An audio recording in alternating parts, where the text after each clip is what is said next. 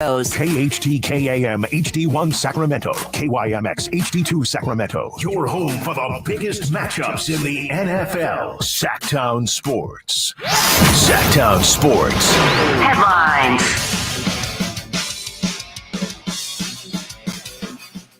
I'm Christopher Lott with your Sactown Sports headlines.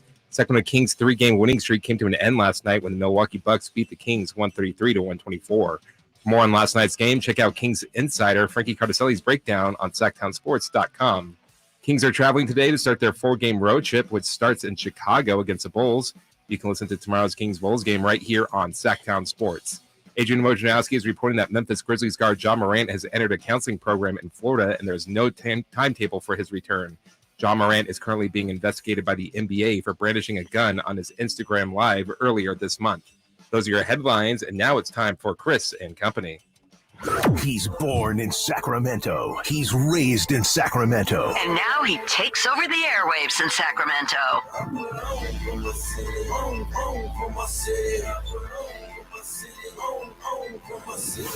It's Chris and Company with Sacramento's Chris Watkins on Sactown Sports.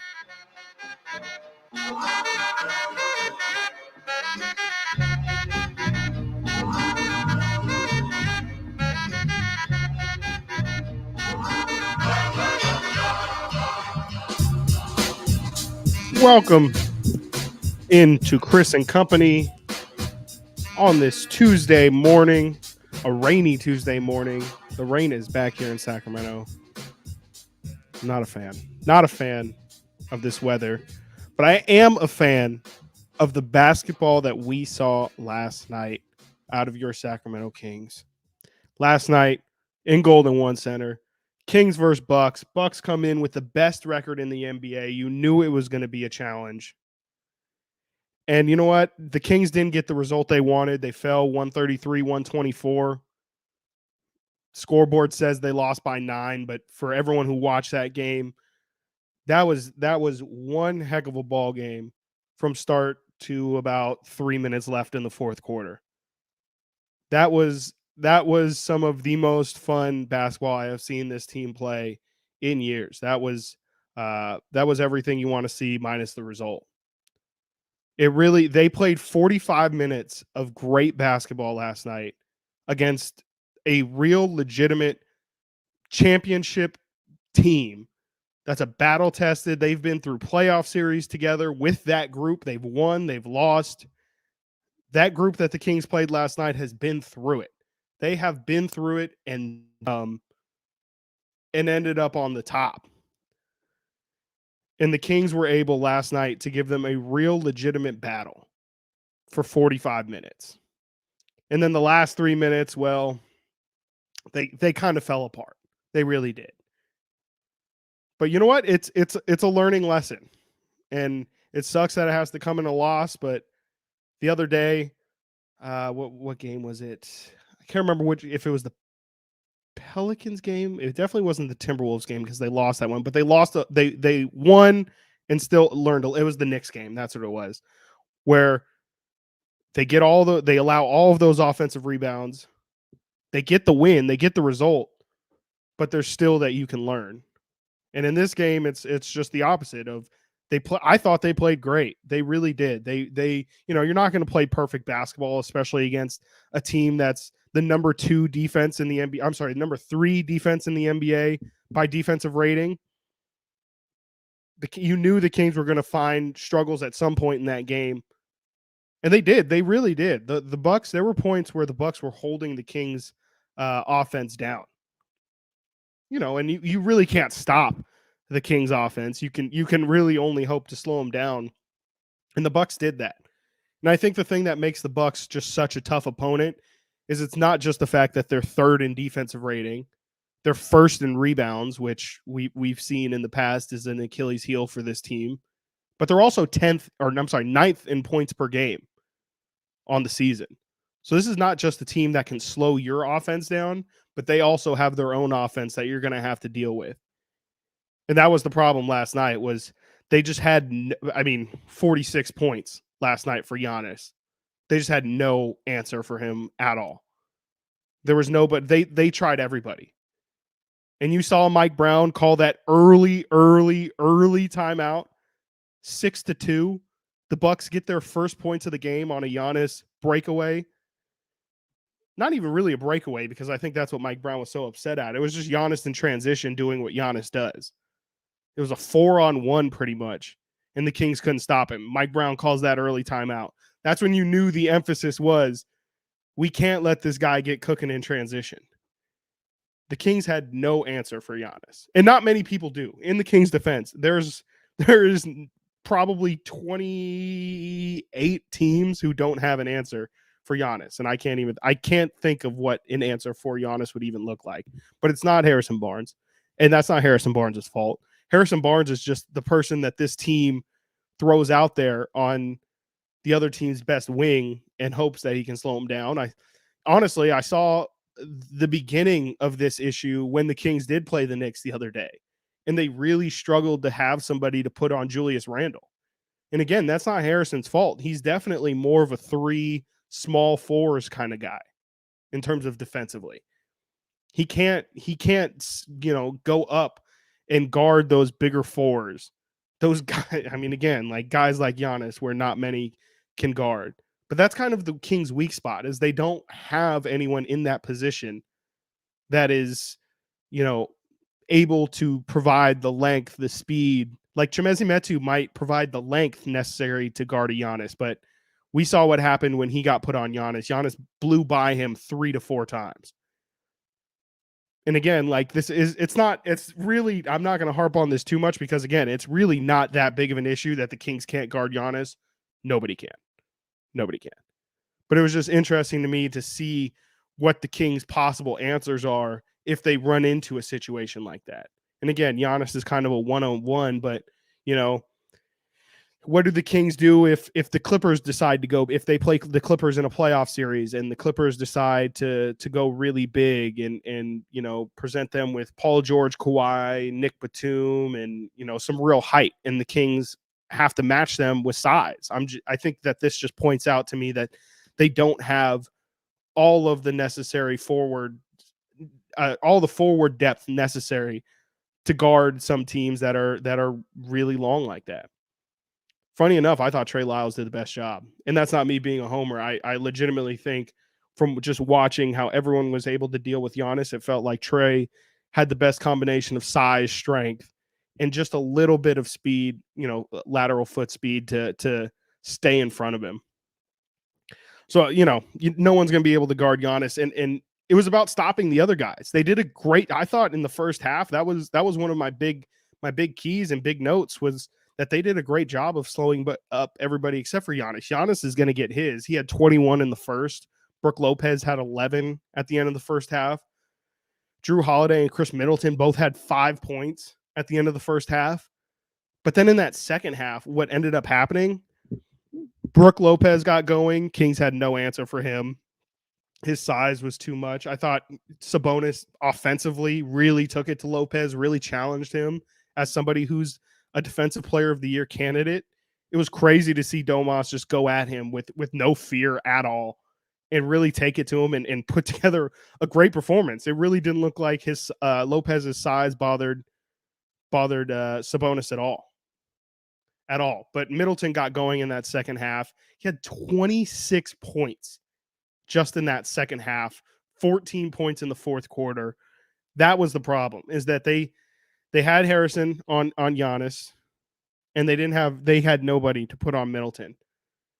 And maybe that's where, I don't know if Kessler Edwards is going to be big enough to be able to guard somebody even to the size of Middleton. Earlier this season, after Kessler Edwards' first big game, Mike Brown in a pregame press conference said that he views Kessler more as guarding 1 through 3s, smaller 3s than big 3s and small 4s. And I agree. I don't think Kessler necessarily has the strength to match up with guys like that. So, it was the fact that they just couldn't stop Chris Middleton either in that second half. He got whatever he wanted. He was knocking down shots. But, again, that's why the Bucks are the best team in the league. They have 49-19 now. you know, again, like I said up top, the Kings played 45 incredible minutes. And that's something that they should legitimately feel proud about, because that was a playoff atmosphere right there in the regular season. That's as close as you're going to get to something as intense as the playoffs. And I think the Kings handled themselves really well. They fought through adversity. That Bucks team is a team that can roll over you in a second, as we saw what kind of ended up happening. They just pulled away, and really once they pulled away, it felt like it was over, and it was. But the Kings hung tough for 45 minutes against a team that's probably going to be in the NBA Finals, definitely in the conference finals. And Jesse 916 just puts in the comments, what flaws do they have? I don't know. I don't know what flaws the Milwaukee Bucks have, because they hold opponents. This is something the Kings, again, should be proud of. The Bucks are third in opponent 3-point percentage. They typically hold their opponents to 34.5% from three. The Kings last night, and this has been pretty routine for the Kings. Kings shot 42% from three last night. 42% from three. They've been shooting over 40. They've been shooting 40% as a team over this 9-1 stretch, or I'm sorry, 8-2 stretch. So they've been shooting the lights out since the All-Star break. And that kept them in the game for a long time last night. I can't believe I've gone 11 minutes here and haven't mentioned the flamethrower, LaFlame Kevin Huerter. Oh my goodness. Kevin Huerter is on a tear right now. Heading into last night, his past 5 games, he had shot 54% on 3-point attempts. And he absolutely kept it going last night. Kept the Kings in the game for a long period of time. 8 of 11 from 3. 8 of 11. He was 8 of 10 really for a majority of the game, and then he took a 3 in the last minute of the game, made it 8 of 11. So he pretty much knocked down 80% of his shots. He was incredible last night. And if the Kings can have Kevin Huerter flying around the perimeter, and last night there were some plays last night where you can take Kevin Huerter film and put it right next to Steph Curry or Klay Thompson film, and it looks the exact same. The way that he was running off ball, off of Sabonis on those dribble handoffs was beautiful. It was a work of art. And the way that Kevin's able to create space with that little sidestep after he collects that ball, it's just beauty. And that's the 2-man game that we saw at the beginning of this season when Kevin Huerter was so effective. And now that we're seeing it now during this stretch, it's the perfect time for Kevin Huerter to find his shot again. And it gets so loud. When I feel like, Sabonis had an insane dunk last night, threw it down on Brook Lopez, should have gotten the and one on that. That got a massive roar from the crowd. But it feels like when Kevin Huerter, or really anybody, it could be Malik, it could be Keegan Murray, but it just feels like the last 2-3 times in my memory, it's been Kevin Huerter. When Kevin can get hot from 3, that gets the crowd going like something else. I mean, we all remember the pop of when Kevin hit that game winner against Utah. It felt like last night the roof was ready to blow if Kevin Huerter was to hit another 3, and he just kept on hitting it. And the crowd kept responding, kept getting louder. It was some real playoff vibes last night. And it's super unfortunate that the Kings couldn't get the result. But I think that they played well enough that anyone who went to that game, anyone who watched that game, should feel good about what that team did last night. And the team themselves should hold their heads up high, because that was a performance to be proud of. There's so many Kings teams, so many years where we've seen these guys just lay down or not give max effort. Last night, they were giving full effort. That was a full effort from everybody who played last night.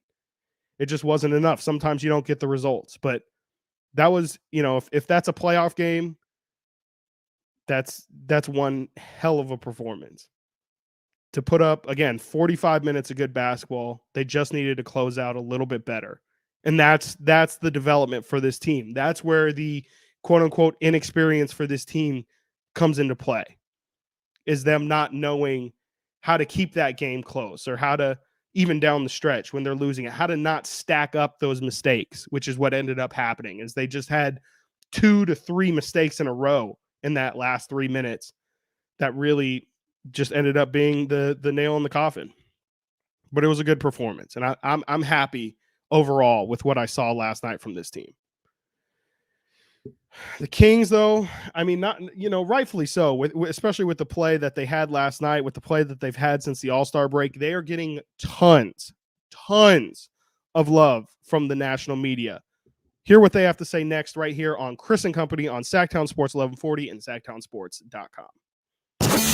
Check out the Golf to Go Hour with Frank LaRosa every week on Sactown Sports. Get the latest on equipment, area courses, people who play the great game, and plenty of good conversations about golf. It's the Golf to Go Hour every week with Frank LaRosa on Sactown Sports.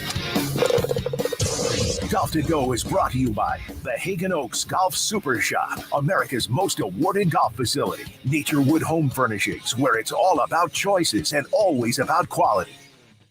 It's easy to think all money managers are pretty much the same, but at Fisher Investments, we're clearly different. Different? How? You sell high commission investment products, right? No, Fisher Investments doesn't sell any commission-based investment products. Well, you must earn commissions on trades. Nope, never at Fisher. We're a fiduciary, obligated to act in our client's best interest. It's the highest standard of care for a financial advisor. How do you know what's in their best interest? We get to know our clients and then tailor a portfolio based on their goals and needs. But you probably sneak in some hidden and layered fees. No, we have one transparent management fee structured so we do better when our clients do better. Wow, you really do look out for your clients. That's because our top priority is helping them achieve a comfortable retirement. It might be why most of our clients come from other money managers. Visit FisherInvestments.com to find out why investors like you switch to us. Fisher Investments. Clearly different money management. Investments and securities involve the risk of loss.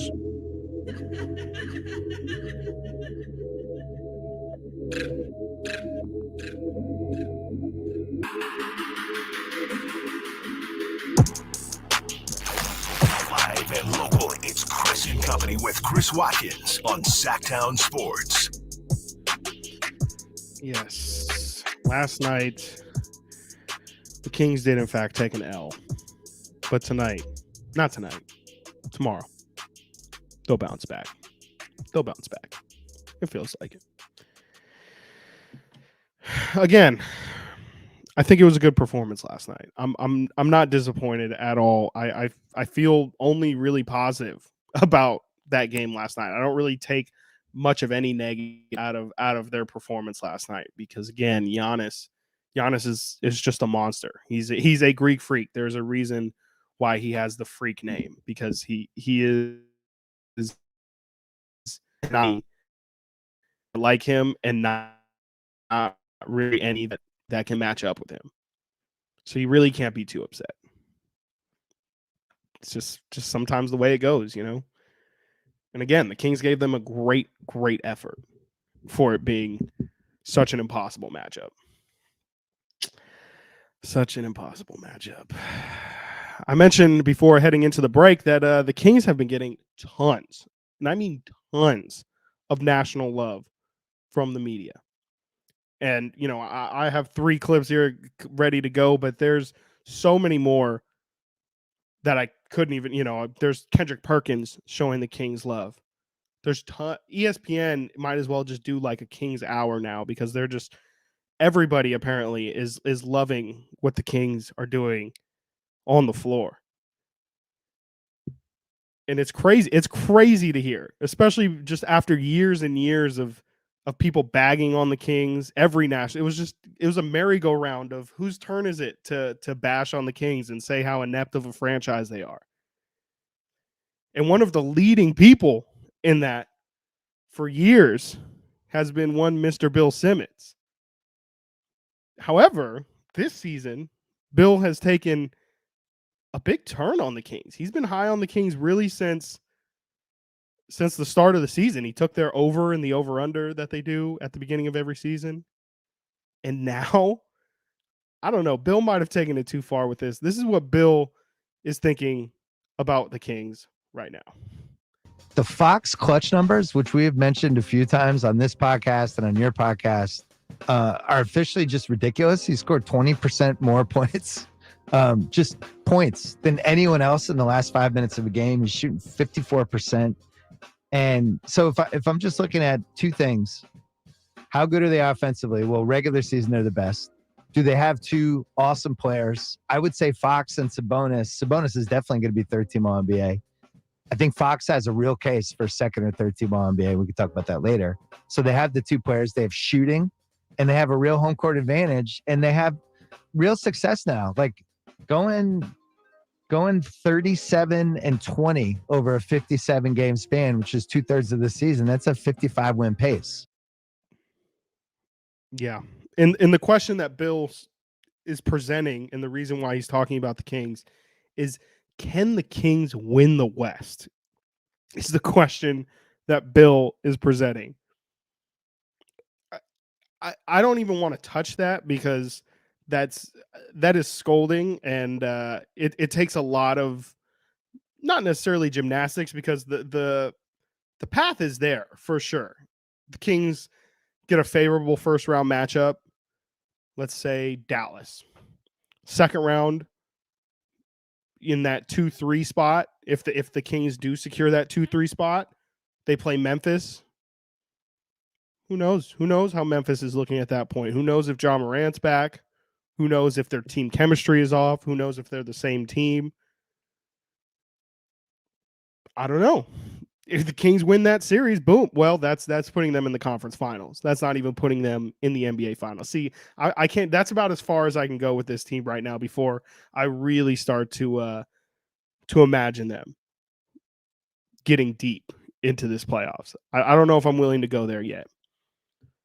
Another person who has been incredibly critical of the Kings, specifically Domantas Sabonis, Tyrese Halliburton trade, was one JJ Redick, and even JJ is turning his tune around. Here's what JJ had to say about the Kings. I want to look in the camera. I want to be very honest. We spoke earlier this season about accountability, and I just want to be accountable for some things that I said at the trade deadline last year. Now, in the context of the trade deadline, I didn't like the trade. I should not have used the word malpractice, and I apologize for that. I apologize for that to the Sacramento Kings fan base, and I apologize for that to Monty McNair. This trade has turned into a win-win. Now, the team struggled last year. I think they were 5-9 or 5-10 with Sabonis once after post-trade.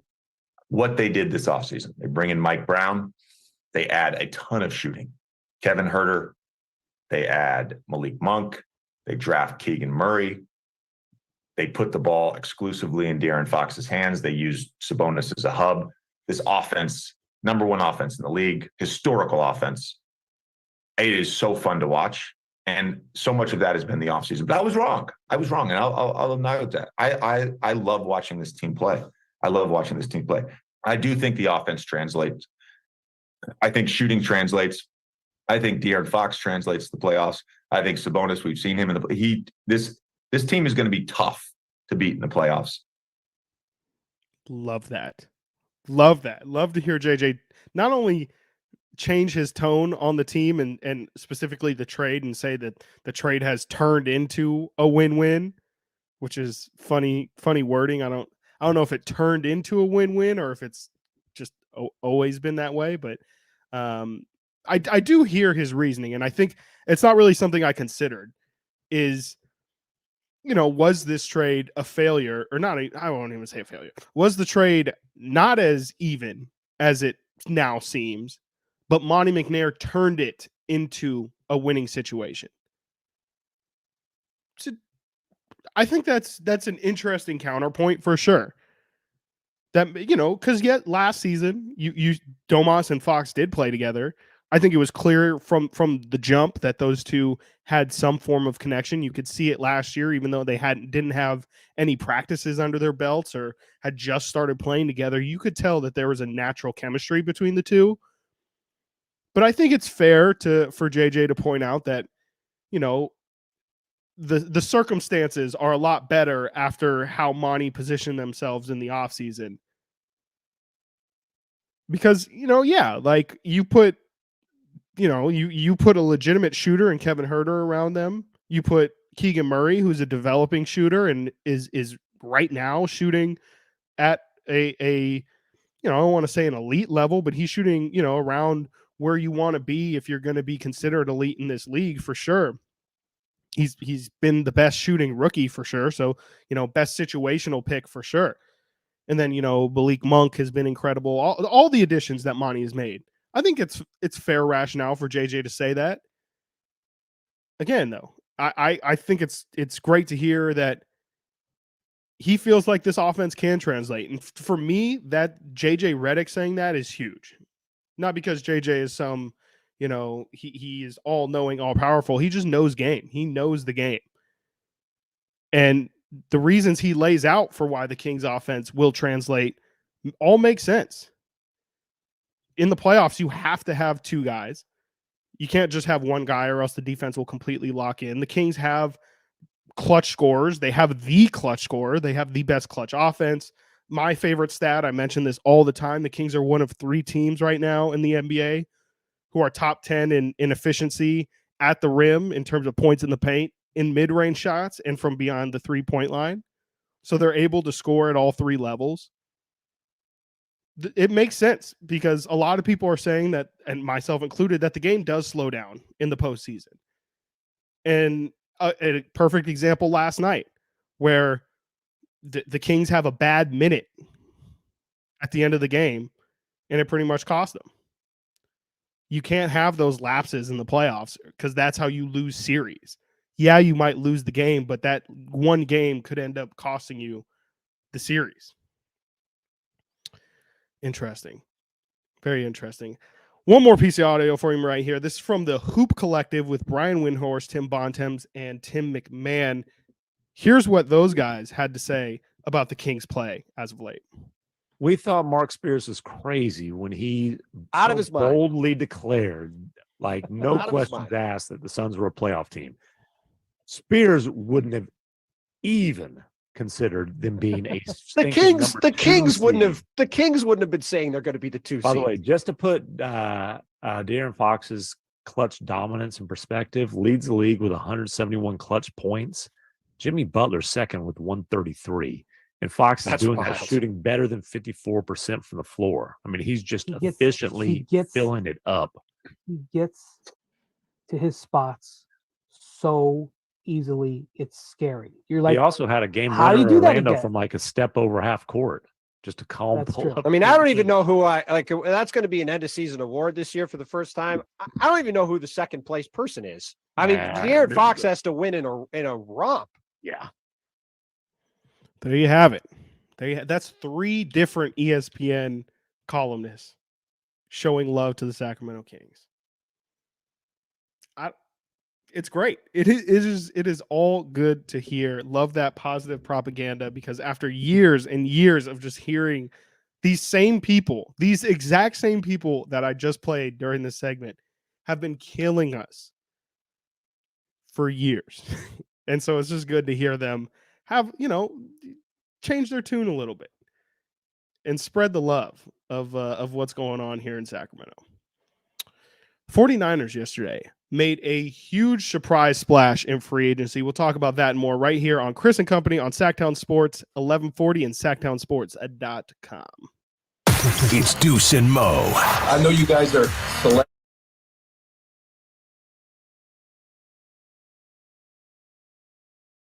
Hey yo, hey yo, hey yo. What up, what up, what up? How you doing, man? Great. How y'all doing? I'm good. How do we sound, Chris Verlon? You sound awesome. Sounds good. No echoes? No echoes. You got me okay? Yeah, I got you great. All right, cool.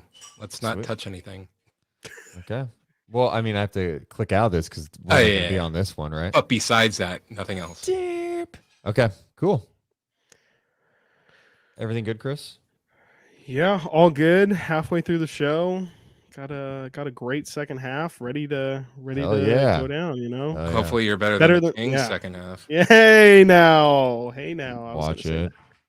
Okay. All right. Yep. Well, all right, thank awesome. You. Yep. Talk to you guys in a bit. Yep. Wow. Oh my gosh. That was Deuce Mason. Oh my gosh. was crazy. USA Solar Electric Systems. That's acrsolar.com. ACR Solar and Home Services is bringing us all the highest quality, highest value, and integrity since 1979. Go to acrsolar.com. That's acrsolar.com. When you take the time to shop at Folsom Lake Honda, there's one thing you'll always find. Happy people ready to serve you. As a family-owned and operated dealership since 2009, customer service is our #1 priority. Our customers love doing business with us, and you will too. Get an instant cash offer for your trade at FolsomLakeHonda.com. We'll buy your car whether you buy from us or not. Folsom Lake Honda is your one-stop Honda shop. Folsom Lake Honda, yeah, your one-stop Honda shop. Thanks to the Xfinity 10G network, my little brother's friends won't leave our house. When I was their age, internet with basically no interruptions was a pipe dream. You sound like my grandpa. Now through March 21st, new customers can get 1 gig internet on the Xfinity 10G network. It's just $30 a month for 2 years when you add mobile with unlimited data. Go to Xfinity.com/10G, call 1-800-XFINITY, or visit a store today. Requires paperless billing and autopay with stored bank account. Restrictions apply. Taxes and fees extra. Xfinity Mobile requires Xfinity Internet. After promo, regular rates apply to internet service and devices. Actual speeds vary. Jiffy Lube's Country in the Park, Northern California's biggest country music festival of the year, is back May 5th and 6th at Cal Expo, starring Lady A, Chris Young, Brett Eldridge, and so many more. Plus, a Boots Boot and Line Dance Saloon, interactive lounges, and Sacramento's best food trucks. Weekend passes start at just $85. Tickets are on sale now at SactownSports.com. Country in the Park, brought to you by Goldfield Trading Post, Raising Cane's Chicken Fingers, and Richard Wood Home Furnishings. Folks, there's a fast break with a game on the line. He dribbles down the court, passes ahead for the alley-oop, and it's caught for a slam dunk. Do you need an assist? Regain and optimize your performance. See what Pacific Men's Clinic can do to make your love life the best it can be. Pacific Men's Clinic's safe and pain-free, clinically proven procedure breaks up plaque and stimulates the growth of healthy new blood vessels. Call for your free consultation now at 916-545-7577. That's 916-545-7577. With one of the best savings rates in America, banking with Capital One is the easiest decision in the history of decisions. Even easier than choosing Slash to be in your band. Next up for lead guitar. You're in. Cool. Yep, even easier than that. And with no fees or minimums on checking and savings accounts, is it even a decision? That's banking reimagined. What's in your wallet? Terms apply. See CapitalOne.com/bank for details. Capital One N.A. member FDIC. If you are like the thousands of people that take advantage of March for replacing your heating and cooling system, then this message is for you. Hi, I'm Mario, owner of Attic Man Heating and Air, and March is the most popular month for replacing old, inefficient heating and cooling systems because of milder temperatures and end-of-winter rebates. If you've even contemplating replacing your old AC system, act now. Take advantage up to 5 years of interest-free financing and 10-year warranties. I know, it sounds way too good to be true, but it is true. 10 years of worry-free operation, but you have to book online today at atticmanhvac.com. Attic Man Heating and Air. The folks at M&S Auto know that inflation is tough on everybody. If you need an excellent, gently used car or truck, M&S has hundreds of vehicles on the lot on El Camino, just off the Cap City Freeway. M&S customers get great deals and they save thousands. Get a great deal now on super clean 4x4s, including Tacomas, Silverados, and Jeeps, and muscle cars, Challengers, Teslas, Mustangs, and even the occasional McLaren. M&S Auto, msautogroup.com. Sactown Sports. Headlines.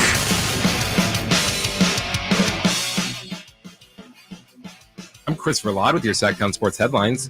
Sacramento Kings' 3-game winning streak came to an end last night when the Milwaukee Bucks beat the Kings 133-124. For more on last night's game, check out Kings insider Frankie Cardicelli's breakdown on SactownSports.com. Kings are traveling today to start their 4-game road trip, which starts in Chicago against the Bulls. You can listen to tomorrow's Kings-Bulls game right here on Sactown Sports. Adrian Wojnarowski is reporting that Memphis Grizzlies guard John Morant has entered a counseling program in Florida, and there is no timetable for his return. John Morant is currently being investigated by the NBA for brandishing a gun on his Instagram Live earlier this month. Those are your headlines, and now more with Chris and company. The only place you'll find Keegan Murray is Sactown Sports. Out to Keegan Murray, straight away for three, and Keegan knocks down the triple. Hey Sacramento, it's Keegan Murray, and you're listening to the home of Sacramento Kings, Sactown Sports. Your local sports leader.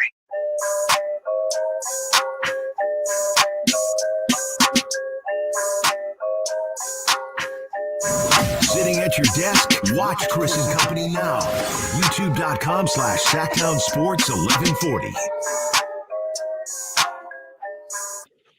What an honor to be brought in by Keegan Murray. Honestly, my favorite one of those Kings rejoins we have is Harrison Barnes. Because just the way he reads it to me is, hi, I'm Harrison Barnes, and you're tuned in to Sactown Sports 1140. You can check us out on youtube.com/Sactown Sports 1140. Hop in our YouTube chat. I see a ton of people in there right now. Got my cousin Arturo in there. Shout out to Art. Not talking about his Cowboys. Make sure to hit the thumbs up while you're in that YouTube chat. Also, we've been doing this recently, and it's been really fun. Put in where you're watching from and on what device, or if you're watching on your TV, on your phone, on your laptop, on your secondary screen at work. Just curious how people are consuming us. Still waiting on that smart fridge. Still waiting on that smart fridge. The day we get the smart fridge, oh my God, that's gonna be so hype. I might need to come over. That's the goal. Let's go to our on-site segment where we talk about things that are on our Sactown Sports 1140 website. For all of these topics that we're going to talk about, you can read more over at SactownSports.com. First thing we're going to get into is the 49ers making a big splash in free agents, or I guess it's not even technically free agency. It's what do they call it? The quote-unquote legal tampering period of the NFL, which allows teams and players to work on the parameters of deals, but not officially agree to anything until free agency officially starts, I think next week. So, deals are being announced left or right, but nothing is officially official until I don't know when. But the 49ers came out yesterday, agreed to a 4-year, $84 million contract, $40 million guaranteed with defensive tackle Javon Hargrave, formerly of the Philadelphia Eagles. Just a home run signing for the San Francisco 49ers. I cannot believe that they've managed to make one of their biggest strengths even stronger. I mean, for them to bolster that defensive line that already had Eric Armstead, Joey Bosa, Javon Kinlaw. Now you add Hargrave to that, who was one of the best rushing defensive tackles in the NFL last year. Had a career high 11 sacks last season. Tied for third amongst defensive tackles and pressures. So now you have him coming down the middle. You got Bosa on the outside. You got huge Armstead. If you're an opposing offensive line, I don't know what you're going to do when you're matched up against the 49ers. You can't double anybody, or at least now you have to think twice. Maybe think 3 times about deciding to double Bosa, because you're just going to allow that interior pressure now. It makes just already a strength for the 49ers even stronger. It's a case of the rich getting richer. And, this is the kind of thing that the 49ers are able to do now that they're not paying Jimmy Garoppolo. Both of their quarterbacks are on their rookie scale contracts, so they're not paying top dollar for somebody at that position taking up 30-40% of their cap just on quarterback. They don't have to worry about that. And so with that comes the luxury of being able to build out the rest of your squad. And you don't have to worry about the offense. The offense is stacked. You got McCaffrey, you got Debo, you got Kittle, you got Ayuk. The quarterback is kind of up in the air, but you know that you're going to at least have, somebody who's a starter quality player at quarterback. So the Niners have had a great opportunity to bolster their defense. That's exactly what they did. And it's gonna make them a legitimate problem all season long. Nobody is going to want to deal with that. Especially when you consider most teams don't have good offensive lines. You don't have the luxury of having a star lineman at every position. And now the Niners have the ability to exploit wherever a team is weak on their offensive line. It's going to be a problem. It is going to be a problem. I did say Joey Bosa. I did say that. I did notice that. I was like, I did say Joey Bosa. I meant Nick Bosa. 49ers, that wasn't it, though. That was not all that they did yesterday. They signed Sam Darnold as well, quarterback formerly of the Carolina Panthers. And that, we talked with Emil Fergoso last week when he was on the show about the quarterback situation for the Niners and how they were going to approach it with Brock Purdy's surgery. Still kind of up in the air on when his return's going to be. It seems like it might be, more towards week 1, maybe late preseason that he's able to get on the field. So they were going to need to sign that third veteran breaking case of emergency quarterback. And me and Emil, I've heard Emil was on Deuce and Mo as well. The assumption was you're going to get one of those older guys like a Matt Ryan, somebody who's really not in any sort of contention to start at quarterback. And they signed Sam Darnold, who is a young, he's definitely not going to fight Trey Lance or Brock Purdy to be a starter, but he's somebody who has started games, and he, if he's your third quarterback, if he's your emergency quarterback, pretty decent. You might not, it's not all over. It's not Josh Johnson coming in. And I think that's the key. Again, like I'm not expecting Sam Darnold to get much of any run this season. And if he does, then it's a bad situation. Though the 49ers have somehow found themselves going to quarterback 2, going to quarterback 3 a couple times in this Shanahan era. Don't forget the Nick Mullins season. How many quarterbacks y'all went through then?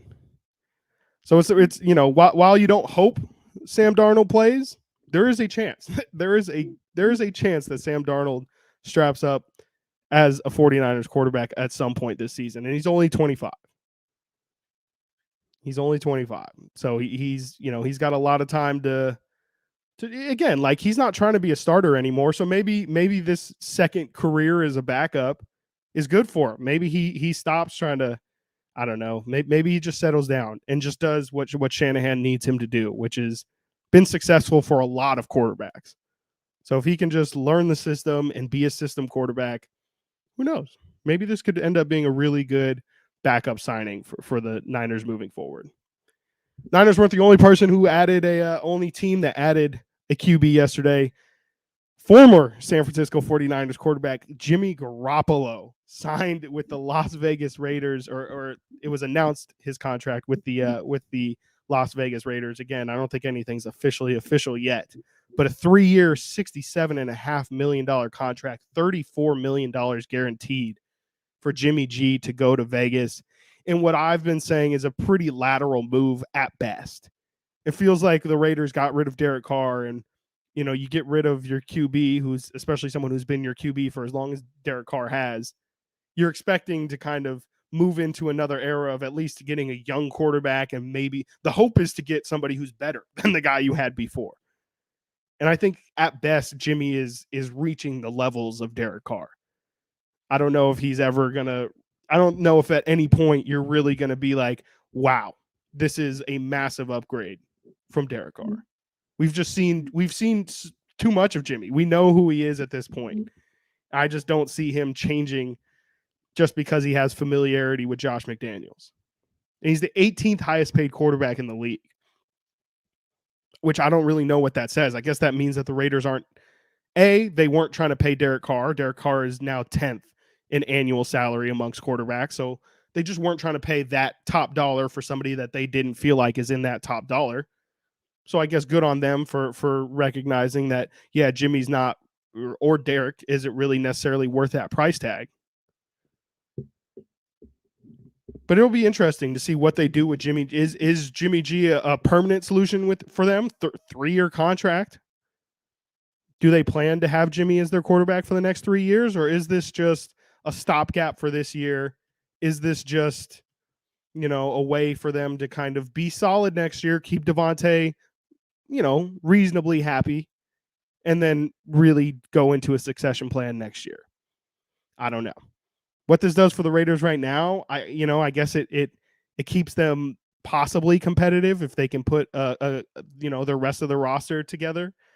Jimmy's not going to completely tank your season. We've seen Jimmy, if he's anything, he's been able to win ball games. So he's not going to necessarily, lose you a ton of games just by his play. But you're definitely going to have to build around him and make sure that the team around him and the weapons around him are good enough for him to succeed. And, they have Josh Jacobs, who led the league in rushing last year. They have Devontae Adams, who's still one of the best receivers in this league. But they need more. Darren Waller as well, who didn't play a lot last year. It'll be interesting. I think he's got enough weapons offensively, but Jimmy also, a big part of Jimmy isn't just his play, it's his decision making and just what he does in those big moments. And that's where I think he lost a lot of 49er fans, is how he performed in the moments when they really needed him to be something that he just might not be. He might just not be it. And now it's the Raiders' turn to try and figure it out. If they can get something out of Jimmy G that people I think have seen in spurts of him being great or better than good, but can he do it consistently? That's the thing that Jimmy has still yet to figure out, is can he be that guy for 3-4 months in a row? Again, if you want to read anything more about this, if you want to find out more about the signings, you can check them out right now at sactownsports.com. Emil Fergrosso has our NFL free agency tracker, the biggest free agent signings of 2023. That is up right now at sactownsports.com. The Grizzlies are making the Kings really work to get that number 2 seed. We talk about that next, right here on Chris and Company on Sactown Sports 1140 and sactownsports.com. The only place you'll find Keegan Murray is Sactown Sports. Out to Keegan Murray, straight away for 3, and Keegan knocks down the triple. Hey Sacramento, it's Keegan Murray, and you're listening to the home of Sacramento Kings, Sactown Sports. Your local sports leader. For your everyday vehicle. Right now, you can get 5 quarts with an STP oil filter for only $26.99. Do the complete job for the right price. Get the parts you need when you need them at AutoZone or AutoZone.com. Get in the zone, AutoZone. Restrictions apply. 2 minutes left. 2 minutes left. Hands up. No fouls. No fouls. Yes. Great job. Timeout. Hello, Sacramento, and all you listeners, it's Doug Christie here for the Good Feet Store. Did you know that when your feet are not properly supported, your whole body can become misaligned, causing pain in your feet, knees, hips, or back? Good Feet arch supports are designed to support all 4 arches of the foot, placing the feet in their ideal pain-relieving position and aligning the body from the feet up. Good Feet arch supports come in a wide range of over 300 styles, flexibilities, and sizes, so customers can be precisely fit with the arch supports that meets their personal needs. It's one reason why Good Feet arch supports are only available at the Good Feet Store. Visit the Good Feet Store now for a free personalized arch support fitting and then take them for a walk. Experience for yourself the pain-relieving comfort, balance, and support of Good Feet. In Sacramento, Roseville, Stockton, Modesto, and Vacaville. Online at goodfeet.com. Individual rates, coverage offerings, and savings may vary, subject to terms and conditions, not available in all areas. If you're a small business owner, listen up. Pi Insurance wants to give you one of those aha moments, the kind that could save you money. Workers' comp is probably one of the biggest costs you face. But did you know that insurance providers have flexibility in setting their prices? That's right, but many don't bother giving small businesses the savings you deserve. Instead, you can get lumped in with other businesses and overcharged. Pi Insurance was created to change that. With Pi, you get a quote tailored specifically to your business, and you could save up to 30% with no hassle and no hidden fees. Plus, when you sign up for pay-as-you-go billing, your premium is based on your actual payroll, not an estimate. So your workers' comp audit experience is simplified. Take 3 minutes to see how much you could save with Pi Insurance. Ask your agent for Pi or go to trypi.com. That's TRYPIE.com.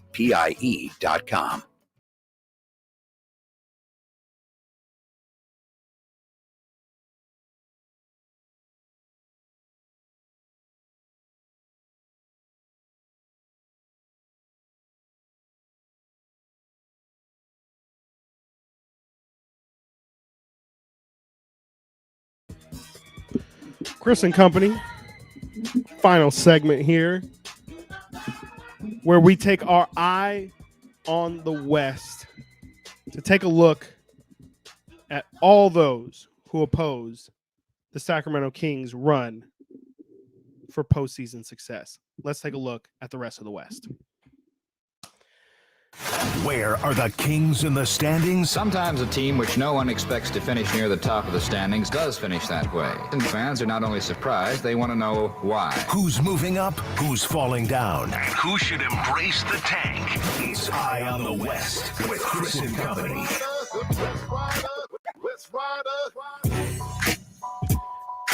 Last night, Memphis Grizzlies, Dallas Mavericks played on ESPN, 4:30 game.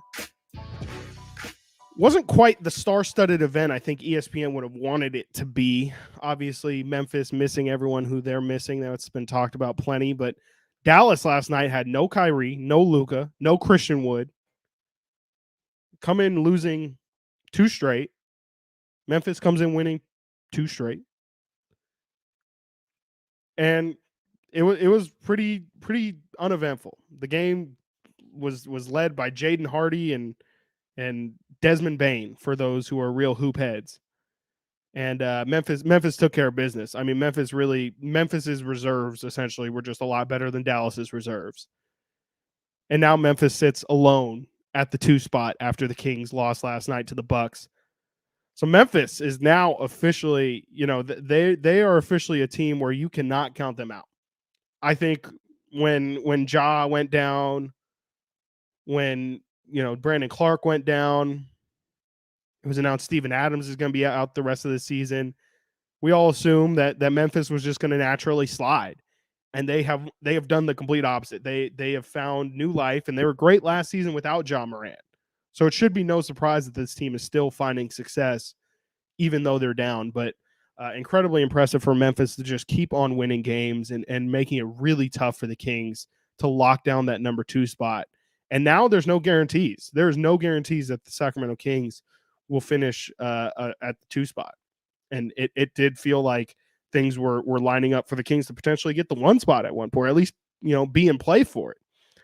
So I think now the focus again for fans, at least, because the players are obviously trying to win every game they go out there, but the fans can now be focused on, should be focused on just trying to catch Memphis. The team behind the Kings right now, the Phoenix Suns, number 4 in the West, played the number 6 Golden State Warriors last night on ESPN. Following that game, and the Warriors, to their credit, again, like they really handled the Suns. They were up 42-18 at one point. Suns made a comeback, but the Warriors were just too good. The Splash Brothers were on another level last night. Steph and Clay, they were back to their old stuff. Like they looked vintage last night, and just took care of the Suns. That was incredibly impressive performance from Golden State. Look out, Golden State is now tied with the Clippers for the number 5 seed. Slowly climbing up those standings. And the Kings will play whoever is the lower seed of that Clipper Warrior back and forth in the standings as it currently stands, that 3-6 matchup. That's a very, very tough potential playoff matchup for the Kings. Or not, I shouldn't say tough, because a lot, we've talked a lot about the Warriors Kings potential matchup, but I just think that there's easier matchups out there that the Kings shouldn't be hunting, but that the Kings would probably feel better about just their overall chances. The Clippers, I think, are definitely a more favorable matchup, but even then, I'm afraid of the Paul George, Kawhi Leonard of it all, especially in the postseason. Tonight there are some games that could potentially affect the standings as well. Denver plays the Toronto Raptors. Memphis can move within 4 games of Denver. I mentioned on yesterday's show, Denver keeps slipping. They keep leaving the door open for the Kings or the Grizzlies to potentially get close to that 1 seed. Look out. I mean, Toronto's no joke.